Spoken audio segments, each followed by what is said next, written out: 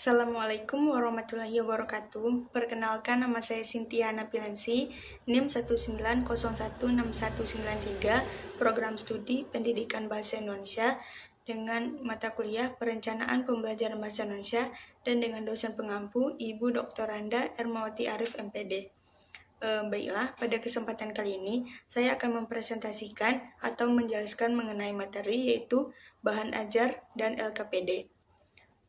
Baiklah, langsung saja kita masuk pada materi yang pertama yaitu pengertian bahan ajar. Bahan ajar atau learning material merupakan seperangkat materi atau substansi pembelajaran yang disusun secara sistematis serta menampilkan sosok utuh dari kompetensi yang dikuasai siswa dalam kegiatan pembelajaran. Depdiknas tahun 2008 mengemukakan bahwa bahan ajar adalah segala bentuk bahan yang digunakan untuk membantu guru dalam melaksanakan kegiatan pembelajaran. Materi yang kedua yaitu manfaat dan tujuan bahan ajar. Adapun manfaat bahan ajar terbagi menjadi 3 yaitu manfaat bahan ajar bagi guru, manfaat bahan ajar bagi siswa, dan manfaat bahan ajar dalam pembelajaran. Manfaat bahan ajar bagi guru yaitu guru dapat menghemat waktu dalam proses mengajar. Artinya, dalam berbagai jenis dan bentuknya, waktu mengajar guru dapat dipersingkat. Yang kedua yaitu mengubah peran guru dari seorang pengajar menjadi seorang fasilitator. Artinya, mampu membimbing siswa dalam memahami materi pembelajaran dengan baik. Yang ketiga yaitu dengan adanya bahan ajar, guru mempunyai waktu yang lebih leluasa untuk mengelola proses pembelajaran sehingga dapat berjalan lebih efektif dan efisien. Selanjutnya yaitu manfaat bahan ajar bagi siswa. Itu siswa dapat belajar tanpa harus ada guru yang menjelaskan terlebih dahulu. Selanjutnya, siswa dapat belajar sesuai dengan kecepatannya sendiri. Artinya, siswa dapat menentukan cara dan kecepatan sendiri dalam proses belajarnya. Selanjutnya, membantu potensi siswa untuk menjadi pelajar yang lebih mandiri. Hal ini berarti kapan dan dimanapun siswa mampu untuk mengarahkan dirinya sendiri dalam belajar. Yang ketiga yaitu peran bahan ajar dalam pembelajaran. Bahan ajar dapat dijadikan sebagai bahan yang tak terpisahkan dari buku yang utama. Bahan ajar dapat juga dianggap sebagai pelengkap atau suplemen buku yang utama. Bahan ajar dapat digunakan untuk meningkatkan motivasi belajar siswa dengan cara membuat bahan ajar yang memuat gambar dan dibuat berwarna sehingga menarik bagi siswa untuk mempelajarinya. Materi yang ketiga yaitu karakteristik bahan ajar. Karakteristik bahan ajar yang baik menurut Depdiknas tahun 2004 yaitu substansi materi yang diakumulasi dari standar kompetensi atau kompetensi dasar yang tertuang dalam kurikulum, mudah untuk dipahami, memiliki daya tarik, dan mudah untuk dibaca. Adapun karakteristik bahan ajar yaitu yang pertama, bahan ajar disusun berdasarkan pesan kurikulum pendidikan. Yang kedua, bahan ajar memfokuskan ke tujuan tertentu. Yang ketiga, buku teks menyajikan bidang pelajaran tertentu. Yang keempat, bahan ajar berorientasi kepada kegiatan belajar siswa. Yang kelima, bahan ajar dapat mengarahkan kegiatan mengajar guru di kelas. Yang keenam, pola sajian bahan ajar disesuaikan dengan perkembangan intelektual siswa. Yang ketujuh, gaya sajian bahan ajar dapat memunculkan kreativitas siswa dalam belajar. Selanjutnya yaitu unsur-unsur bahan ajar.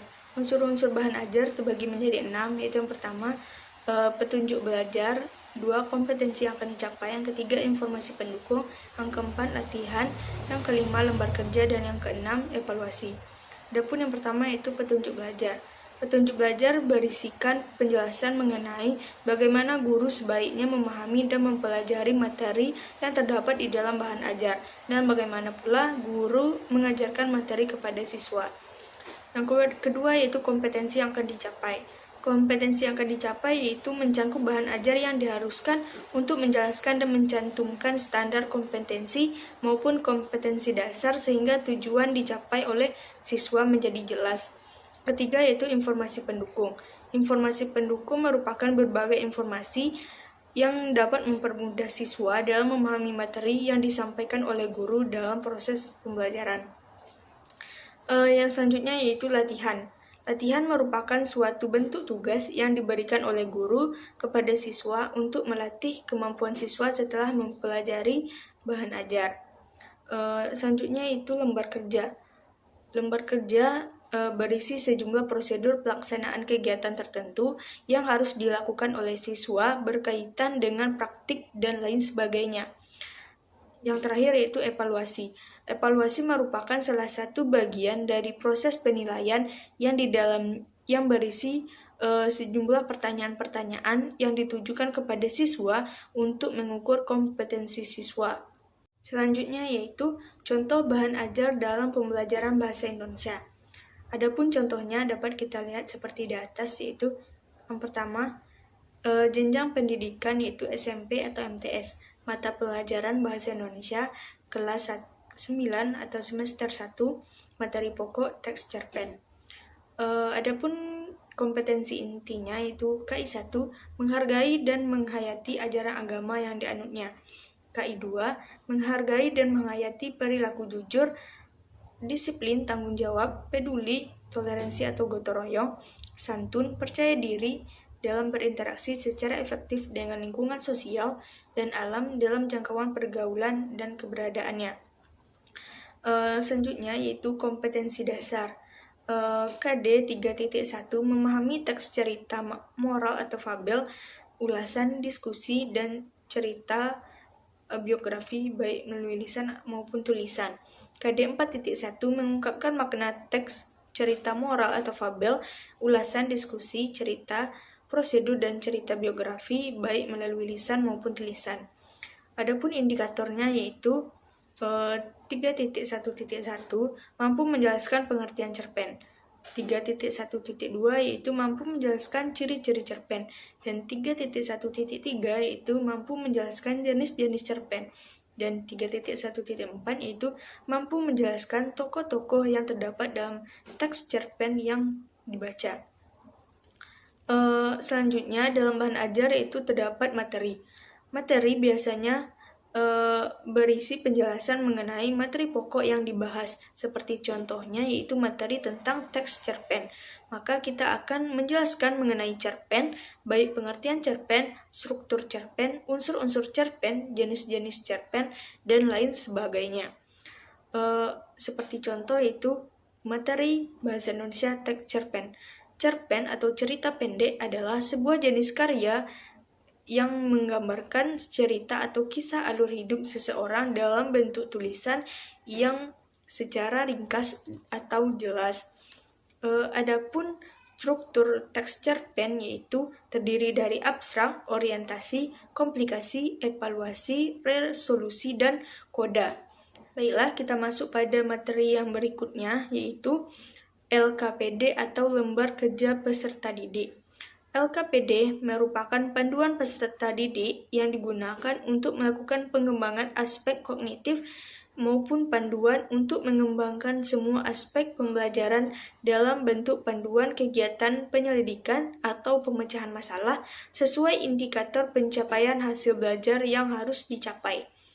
LKPD digunakan untuk meminimalkan peran pendidik namun lebih mengaktifkan peserta didik dalam proses pembelajaran. Materi selanjutnya yaitu unsur-unsur LKPD.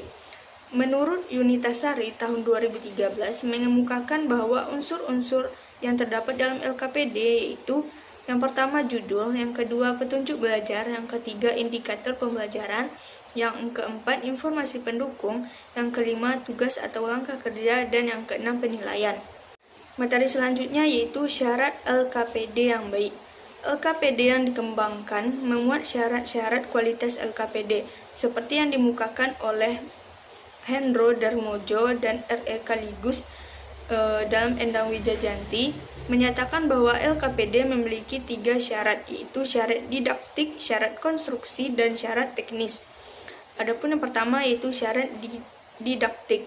Syarat didaktik pada LKPD menekankan proses untuk menemukan suatu konsep.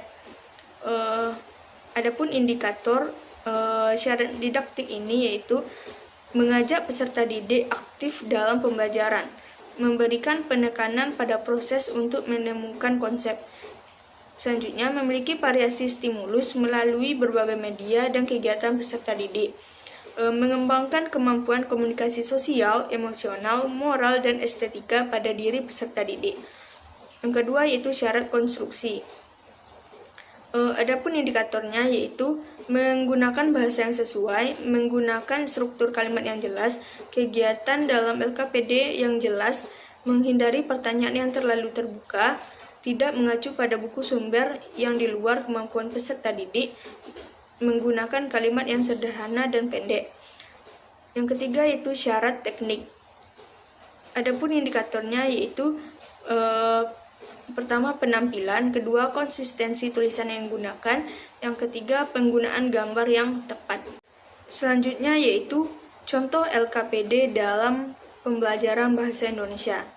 Adapun contoh LKPD atau lembar kerja peserta didik dalam pembelajaran bahasa Indonesia yaitu dalam pembelajaran teks puisi, seperti tugas individu. Seperti yang kita lihat di atas, terdapat berisi tabel yang berisikan nama, kelas, dan tujuan pembelajaran yang akan diisikan oleh peserta didik. Selanjutnya yaitu terdapat perintah bacalah teks puisi di bawah ini, seperti puisi Hujan Bulan Juni karya Sapardi Djoko Damono. Kemudian setelah membaca teks puisi, jawablah pertanyaan berikut ini dengan baik dan benar. Pertanyaan yang pertama, tentukan tema dan suasana yang terdapat dalam puisi tersebut. Yang kedua, tentukan gaya bahasa yang digunakan dalam puisi tersebut. Soal yang ketiga, tentukan majas yang terdapat dalam puisi tersebut. Dan soal yang keempat, tentukan amanat yang terdapat dalam puisi tersebut. Dan yang kelima, jelaskan keterkaitan antara amanat dengan makna dalam puisi tersebut. Maka selanjutnya peserta didik diperintahkan untuk menjawab soal-soal atau pertanyaan yang telah disediakan dalam LKPD tersebut.